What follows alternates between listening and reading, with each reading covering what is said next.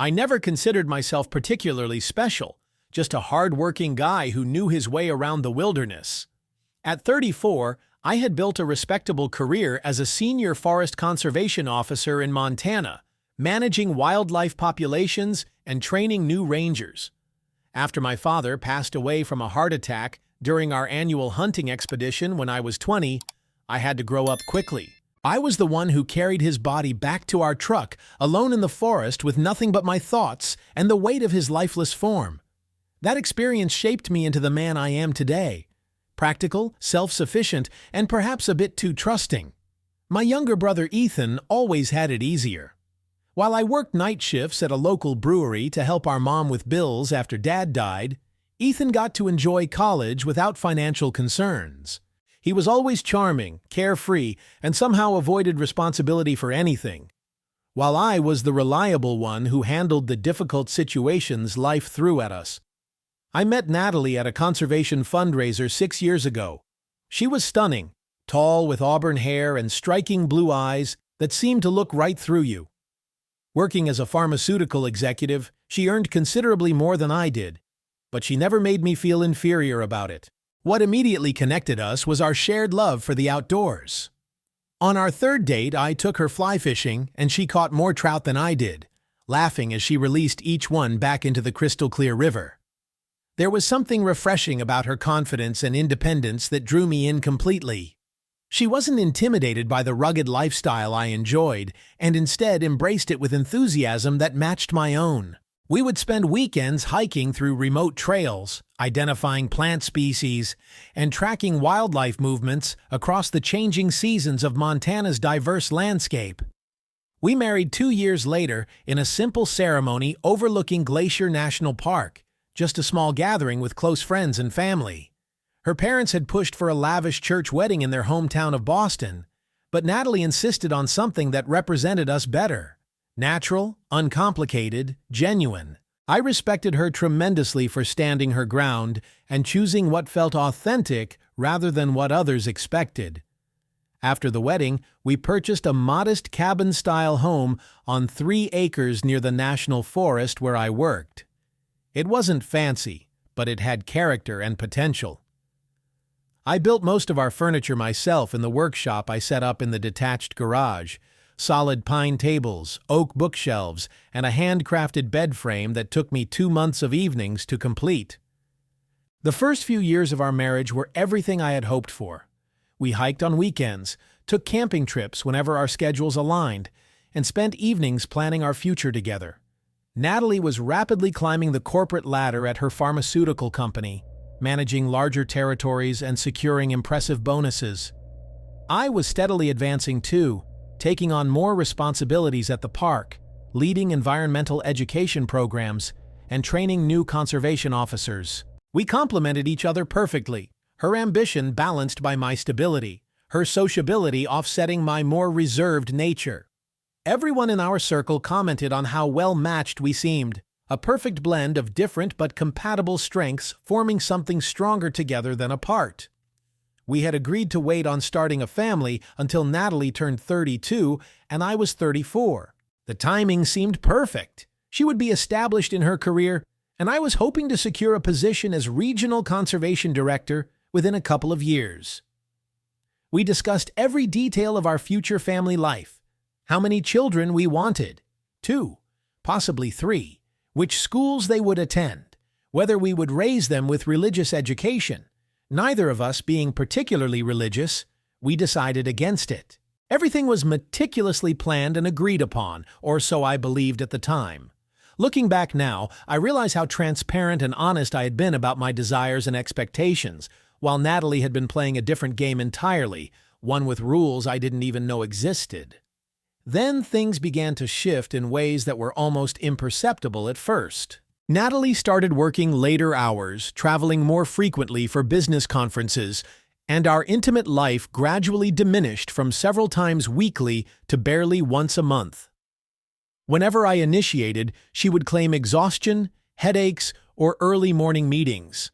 I told myself this was normal, just the natural evolution of a long-term relationship as the initial passion settles into something more comfortable and routine. But there were other changes too, subtle shifts in her behavior that I initially dismissed but now recognize as clear warning signs. She became protective of her phone, stepping outside to take calls, adding password protection for the first time in our relationship. She would return from work dinners, smelling of cologne that wasn't mine, her eyes avoiding mine when I asked about her evening. I ignored these red flags because confronting them meant acknowledging possibilities too painful to consider. I had always prided myself on being observant in the forest, able to track animals through minimal signs, notice subtle changes in vegetation patterns, read the weather from cloud formations.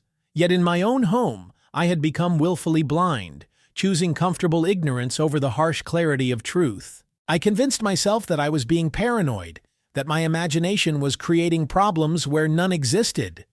After all, Natalie had never given me concrete reasons to doubt her before. But deep down, a part of me knew something wasn't right. That primal instinct that had served my ancestors well for thousands of years was sending warning signals that my conscious mind refused to acknowledge. I was afraid of what I might discover if I looked too closely, so I chose not to look at all. Everything changed on an ordinary Wednesday evening in late autumn. I was preparing dinner, grilling some premium steaks I'd been saving for a special occasion. There wasn't anything particularly special about that night, but tensions had been building between us, and I thought a nice meal might help ease whatever was troubling her. The fireplace was crackling, casting warm light across our kitchen while the scent of pine and smoke filled the air. Natalie came home later than usual, her cheeks flushed with what I assumed was the chill of the Montana evening. She had this strange, calculating energy about her as she watched me flip the steaks. It wasn't excitement or happiness that radiated from her. It was something else entirely, something I couldn't quite identify, but that made me uncomfortable nonetheless. We sat down to eat, and I had barely taken my first bite when she suddenly announced, "Nathan, I'm pregnant." I froze with my fork suspended halfway to my mouth, processing her words slowly as if they were in a foreign language. "What? How?" "You're on birth control," I stammered, setting my fork down as my appetite instantly vanished. 1,000 thoughts raced through my mind simultaneously. "The pill isn't 100% effective," she replied with an odd detachment in her voice. "According to my doctor, I'm about 8 weeks along." As she spoke, her eyes studied my face with unusual intensity, analyzing my reaction rather than sharing in what should have been a mutual moment of joy. "Aren't you happy?" she asked when I remained silent, reaching across the table for my hand. I forced myself to smile and say all the expected things, but internally, my mind was racing through a calendar, counting backward. 8 weeks ago, I had been on a 5-day backcountry expedition, leading a wildlife tracking workshop for university students. I had returned exhausted, barely able to hold a conversation, let alone engage in intimacy. In fact, we hadn't been together for at least 2 weeks before that trip and not for another week after my return. The math simply didn't add up, but I immediately tried to rationalize the discrepancy. Perhaps the pill had failed earlier than she thought. Maybe we had been together and I was misremembering the timeline. I didn't want to be the suspicious husband questioning his pregnant wife's fidelity based on nothing but a fuzzy recollection of our intimate schedule. That night, lying awake beside her sleeping form, I struggled to silence the doubts that had taken root in my mind. Over the next few weeks, I played the part of the excited father-to-be. I researched cribs online, discussed nursery color schemes, and even started a college savings account for our unborn child, all while the knot in my stomach grew tighter every day. Natalie's behavior only intensified my suspicions. She was constantly on her phone, smiling at text messages, taking calls in another room, or stepping outside for better reception. Whenever I asked who she was speaking with, the answer was always vague. Just work, or just my mother. One night I woke at 3 a.m. to find her side of the bed empty. I found her in the kitchen, whispering urgently into her phone. When she noticed me, she jumped as if caught in something illicit and quickly ended the call. "Just Caroline from the Boston office," she explained without meeting my eyes. having trouble with a client in the European market. At 3 a.m. on a Saturday, I wanted to ask, but simply nodded and returned to bed, lying awake until she finally rejoined me nearly 30 minutes later. The situation with Ethan complicated everything further. He started showing up at our house unannounced, supposedly to congratulate us on the baby news. Our mother must have told him, though I hadn't mentioned it to her until after Natalie's first trimester. The way Ethan and Natalie interacted disturbed me deeply. There was an unmistakable familiarity between them that seemed to have developed overnight. She laughed too loudly at his mediocre jokes, touched his arm frequently, and seemed captivated by his endless stories about his latest entrepreneurial venture, some cryptocurrency platform that never seemed to materialize beyond talk. Ethan had always been the handsome one between us. While I inherited our father's sturdy build and practical nature, Ethan got our mother's refined features, auburn hair, and effortless charm with women. I had never felt threatened by this before, but watching him with my pregnant wife, something primal and defensive awakened within me. After one particularly troubling dinner, where Ethan stayed late into the evening, I finally questioned Natalie about their behavior. "What's going on with you and Ethan? You two seem unusually close lately," I said as casually as I could manage while we prepared for bed. Natalie rolled her eyes dramatically. "Don't be ridiculous, Nathan.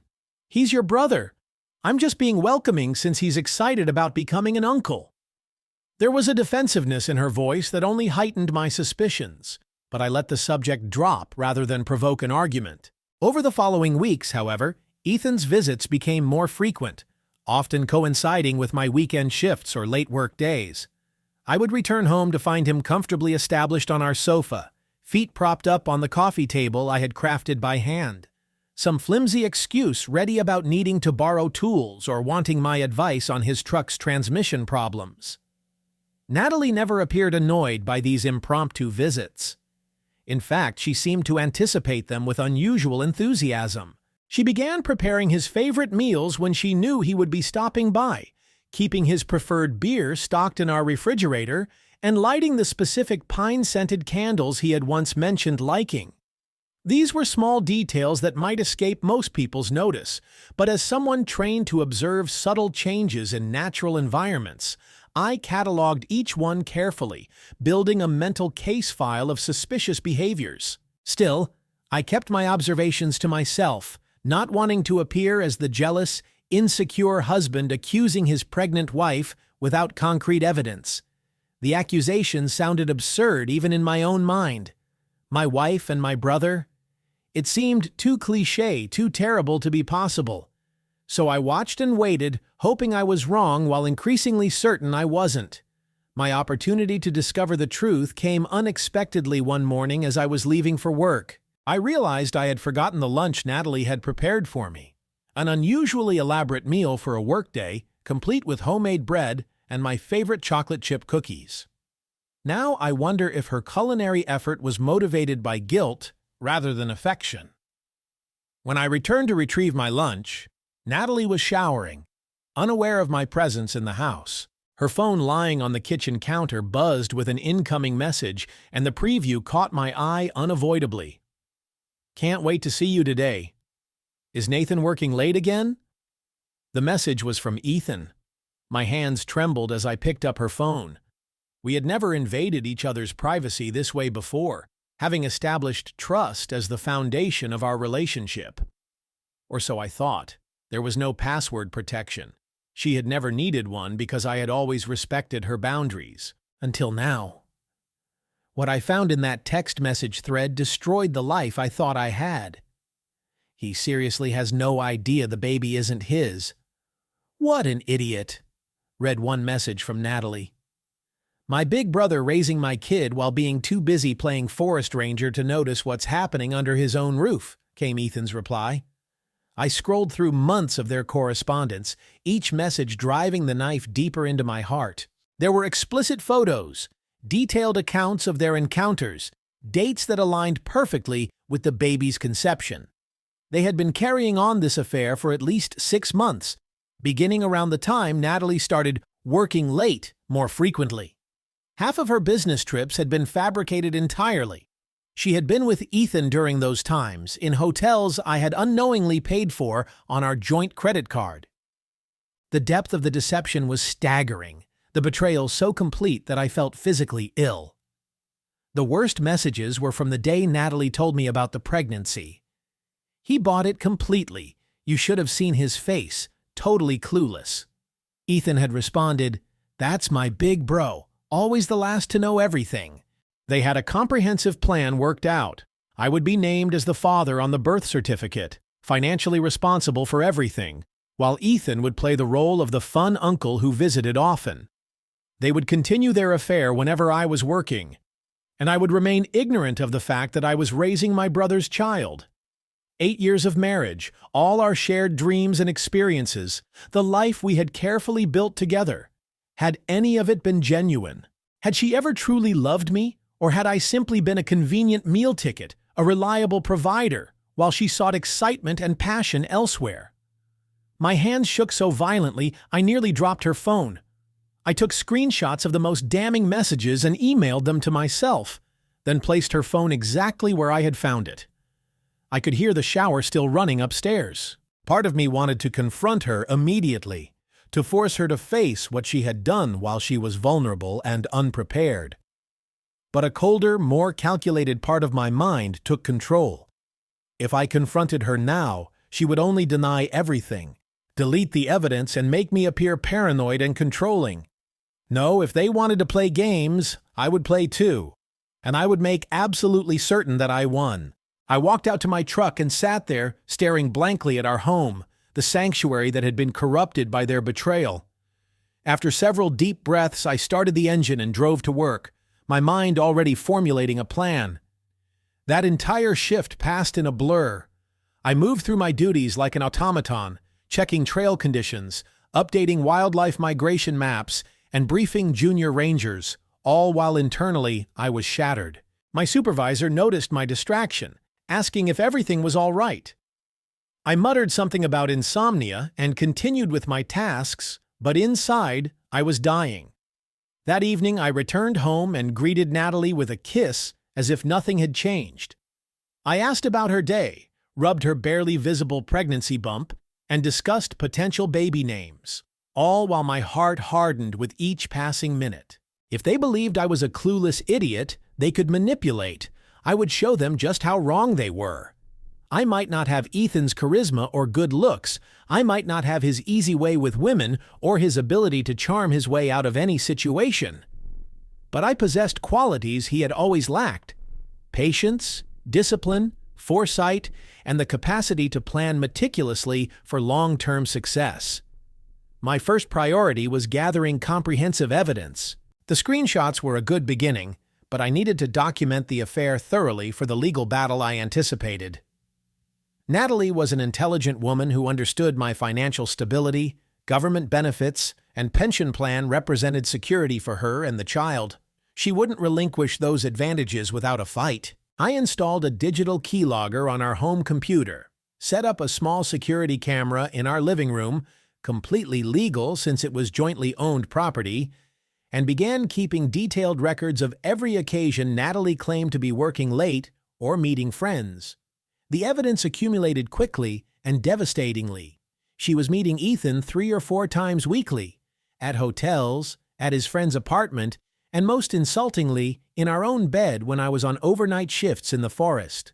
Their recorded conversations sickened me, particularly their casual dismissal of everything I represented. "Nathan is so boring and predictable," Natalie told Ethan during one recorded conversation. "But he's stable and reliable. He'll provide while you can be the exciting one."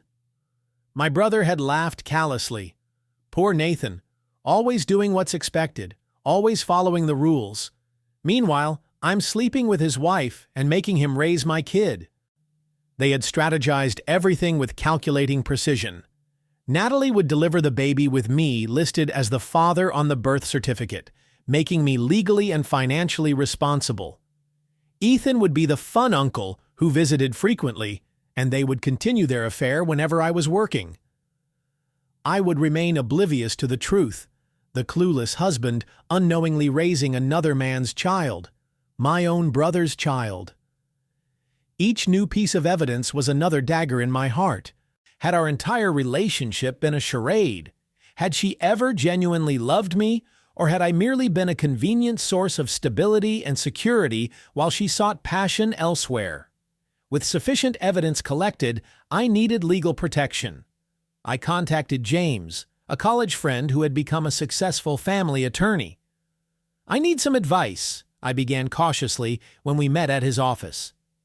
"Hypothetically, if my wife is pregnant with someone else's baby, what am I facing legally?" James studied me for a long moment before sighing deeply. "In most states, if you're married when the baby is born, you're automatically presumed to be the father. Your name goes on the birth certificate unless you contest it immediately," he explained. "And if I want to contest it?" I asked, my voice steady despite my inner turmoil. "You'd need to refuse to sign the birth certificate and immediately file for a paternity test. But Nathan, this doesn't sound hypothetical. What's happening?" I showed him the screenshots and played several recordings. By the end, his professional demeanor had given way to genuine outrage on my behalf. "That brother of yours and your wife. I'm so sorry, man. This is beyond betrayal." James helped me formulate a comprehensive strategy. "Document everything," he advised. "Keep building your case, and whatever you do, don't reveal what you know until we have everything in place. When the baby is born, don't sign anything. No birth certificate, absolutely nothing. We'll demand a paternity test immediately."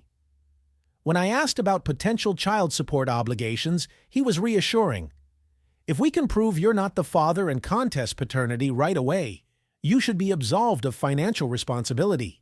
But we need to be strategic about this." Armed with this legal guidance, I continued my deception, playing the excited father-to-be while methodically preparing for the moment I would spring my trap. I assembled the nursery furniture, attended birthing classes, and even invited Ethan over occasionally, just to observe their uncomfortable glances when they thought I wasn't looking. During one such dinner, I deliberately provoked them. As Natalie's pregnancy progressed, I refined my strategy with meticulous attention to detail. With James's legal expertise guiding me, I prepared documents that would ensure I wouldn't be legally or financially responsible for a child that wasn't mine. The first step was gathering ironclad evidence of paternity fraud. The texts, recordings, and surveillance footage provided overwhelming proof that Natalie and Ethan knew I wasn't the biological father yet intended to deceive me. James helped me understand the legal concept of presumed paternity, which could have made me legally responsible for the child regardless of biological reality, simply because I was married to Natalie when she gave birth. To counter this, we needed both scientific evidence, DNA testing, and legal documentation showing Natalie had deliberately committed fraud and that the biological father was aware of his paternity. I continued living a double life that strained my sanity. By day, I was the supportive husband preparing for fatherhood, painting the nursery a neutral sage green, assembling the crib, attending prenatal appointments where I had to feign excitement at seeing ultrasound images of my brother's child. By night, I was methodically building my case, consulting with James, and preparing for my eventual departure. I rented a small cabin on the opposite side of the national forest, paid 3 months' rent in advance, and gradually moved essential items there when Natalie wasn't home. I established a new bank account at a different financial institution and began transferring small amounts regularly. Not enough to raise suspicion, but sufficient to provide a financial cushion when everything exploded. I updated my will, removing Natalie as beneficiary, and changed the beneficiaries on my life insurance and retirement accounts. The most crucial element of my plan involved creating a legal trap that would prove decisive in court. One evening, as Natalie entered her 3rd trimester, I sat her down at our kitchen table with an air of solemn responsibility. "Honey, I've been thinking about the baby and our future," I began, striving to sound sincere despite the bitter taste of deception in my mouth. "With my job sometimes taking me into dangerous situations, I want to make sure you and the baby are protected if anything happens to me." Her expression registered surprise, then cautious interest. "What do you mean?" she asked. I presented her with an impressive stack of official-looking documents. "I've drawn up some papers, life insurance designations, health directives, a trust fund for the baby's education, just making sure everyone's taken care of properly." Buried within this legitimate paperwork was a document James had prepared, a legal agreement stating that in the event of a paternity dispute, she waived all rights to child support or financial assistance from me, and full financial responsibility would fall to the biological father. Natalie barely glanced at the papers, too busy texting someone under the table. Ethan, undoubtedly. She signed every page without reading them, exactly as I had anticipated. Her carelessness, her absolute certainty that I was too trusting and oblivious to trick her would become her undoing. With that signature, we had created legally binding documentation that would later prove crucial in court. The next component of my plan required the cooperation of the hospital. I called the maternity ward where Natalie was registered to deliver and requested that they perform a paternity test as part of the standard newborn screening. "That's not typically standard procedure, sir," the administrator explained, "but we can certainly add it to her file if requested." I confirmed that I wanted this done, emphasizing that the results should be sent directly to my email for insurance purposes. Finally, James identified a legal mechanism that would ensure Ethan couldn't escape responsibility. If he failed to formally contest paternity within 30 days of being notified, he would automatically be considered the legal father regardless of his wishes. As her due date approached, maintaining my facade became increasingly difficult. Every baby gift from friends, every discussion about names, every moment Natalie guided my hand to feel the baby kick was a fresh reminder of their betrayal. There were moments when my careful composure nearly cracked, when the rage and heartbreak threatened to overwhelm my calculated restraint. The most challenging moment came during the baby shower Natalie's friends organized. Ethan attended, bringing an expensive stroller as his gift, delivering a speech about how happy he was for us, how the baby was lucky to have me as a father. His performance was so convincing that several of Natalie's friends commented on what a supportive brother-in-law he was. I had to excuse myself, gripping the porch railing until my knuckles turned white, struggling to maintain the deception for just a little longer. Another breaking point nearly occurred when Natalie initiated intimacy for the first time in months, wearing new lingerie I had never seen before. "The doctor says it's still perfectly safe," she whispered, running her hands across my chest. All I could think about was whether she had worn that same outfit for Ethan, whether she had spoken those same words to him. I invented an excuse about being exhausted from work, turned away from her, and lay awake for hours afterward, counting the days until I could execute my plan. The pregnancy seemed interminable, each day testing my acting abilities beyond their limits. My mother called constantly, excited about becoming a grandmother, sending tiny outfits and parenting books, asking when she could visit after the birth. I couldn't bring myself to tell her the truth yet, that her beloved younger son, whom she had always favored and protected, had betrayed me in the most fundamental way possible. As I made my final preparations, I felt an unexpected emotion alongside my anger and hurt. Relief. Soon, the pretense would end. Soon, I would no longer need to share a home, a bed, a life with someone who had so completely betrayed my trust. The cabin I had rented was small but peaceful, surrounded by pine forest with a stream running nearby. I had moved enough essentials there to begin my new life: clothing, books, important documents, family photographs, though none that included Natalie or Ethan. I had transferred sufficient funds to support myself until the divorce was finalized. I had consulted with James about divorce proceedings, understanding exactly what to expect. All the elements were in place.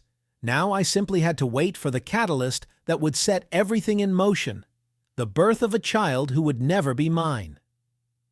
Natalie went into labor 3 weeks early on a crisp autumn morning. I was checking wildlife cameras in a remote section of the forest when my phone rang, her voice tense with pain as she explained that her water had broken. I drove home as any supportive husband would, helped her into the car, timed her contractions during the 30-minute drive to the hospital, and held her hand through the worst pains. I called her parents but deliberately forgot to contact Ethan or my mother, claiming I couldn't reach them despite not having tried. I didn't want them present for what would soon unfold. The labor was prolonged and difficult, 17 hours of Natalie alternating between screaming, crying, and clutching my hand so tightly her nails drew blood. There were moments when I almost felt sympathy for her, almost forgot what she had done. Then I would remember those text messages, those recordings, and my heart would harden once more against her pleas for comfort and support. After 17 excruciating hours, a baby boy was born, weighing 8 pounds and 3 ounces.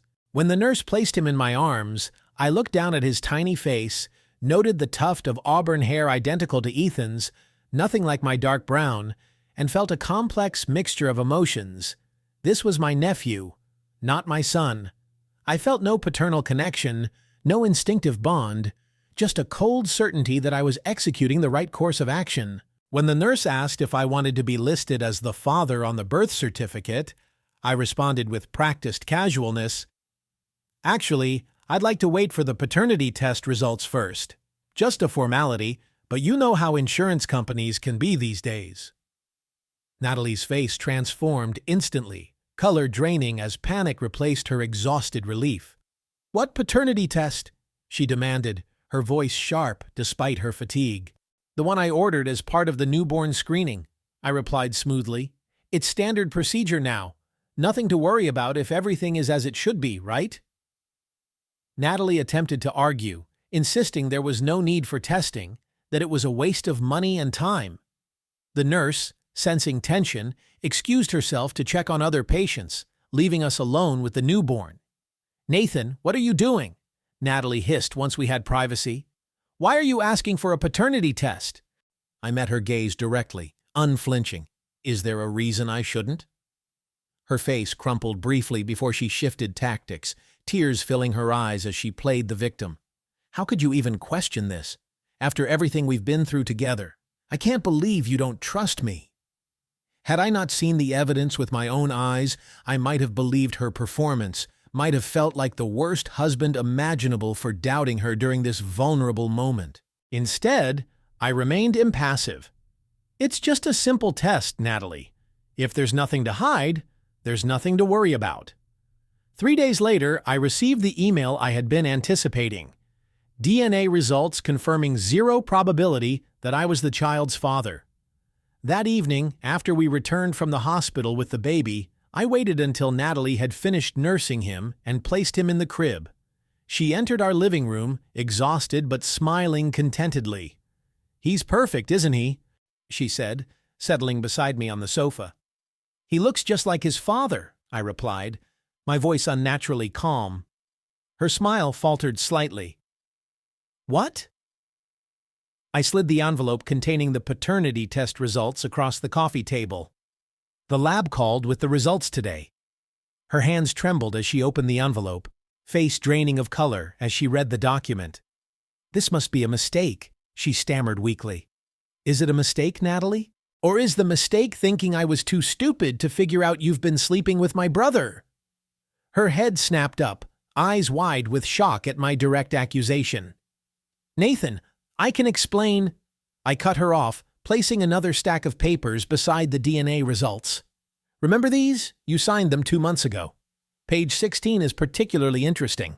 It states that in cases of paternity fraud, that's the legal term for what you've done, by the way, I have absolutely no financial or legal obligation to the child, and full responsibility falls to the biological father."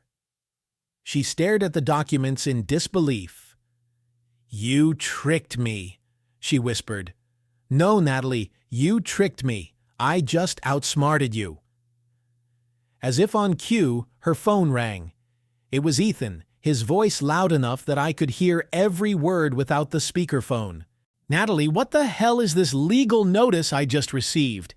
It says I'm being named as the father of your baby, and I have 30 days to contest it, or I'm responsible for child support."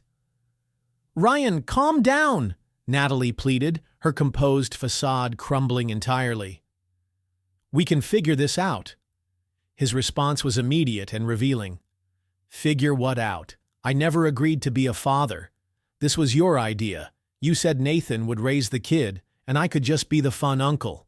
I can't afford child support for 18 years.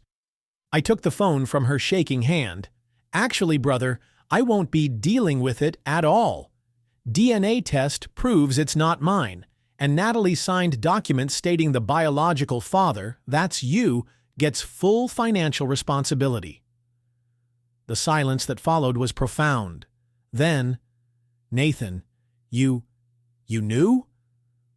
I could hear the panic rising in his voice. "I know everything. The texts, the hotel rooms, the things you said about me. It's all documented. Congratulations, Ethan. You're a father." Ethan's desperate protests echoed from the phone. He would contest the paternity, claim the test was wrong, hire lawyers. I remained unfazed. "Go ahead. I have recordings of you bragging about getting my wife pregnant, talking about how I would raise your child while you had all the fun. Do you really want a judge to hear those?" More silence, then a stream of profanity. "I'm not paying for anything," he finally declared. "Then you'll go to jail for failure to pay child support," I replied matter-of-factly. "Your choice." I ended the call and turned to Natalie, who was now sobbing uncontrollably on our couch. "Nathan, please," she begged. "We can work this out. I made a terrible mistake. The baby needs a father." I stood and walked to the door, retrieving the duffel bag I had strategically packed days earlier. "He has one. His name is Ethan." She rushed toward me, clutching at my arm. "Nathan, wait! You can't leave us!" I paused at the threshold, looking back at her one final time. "Watch me." The aftermath was exactly the chaotic storm I had anticipated. Natalie tried everything to convince me to return, crying, begging, threatening, even sending my mother to guilt me into doing the right thing. None of it worked. The divorce papers had already been filed, and I had moved into my forest cabin, beginning the process of rebuilding my life without her deception. My mother was devastated when I finally revealed everything, showing her the indisputable evidence of her younger son's betrayal. She didn't want to accept it initially, making excuses for Ethan as she always had. "He's going through a difficult time," she insisted. "He makes mistakes, but he's not a bad person." I had to be direct. "Mom, he slept with my wife, got her pregnant, and planned to trick me into raising his child while continuing their affair behind my back. If that doesn't qualify someone as a bad person, what does?" She had no answer for that. As expected, Natalie took me to court, attempting to argue that since we were married when the baby was born, I was legally responsible regardless of biology. Her parents hired an expensive attorney from Boston who arrived with polished arguments about presumptive paternity and the best interests of the child. The judge, a no-nonsense woman in her 60s, reviewed the evidence methodically: the DNA test, the recordings of Natalie admitting to paternity fraud, the text messages detailing their plan, and the legally binding documents Natalie had signed.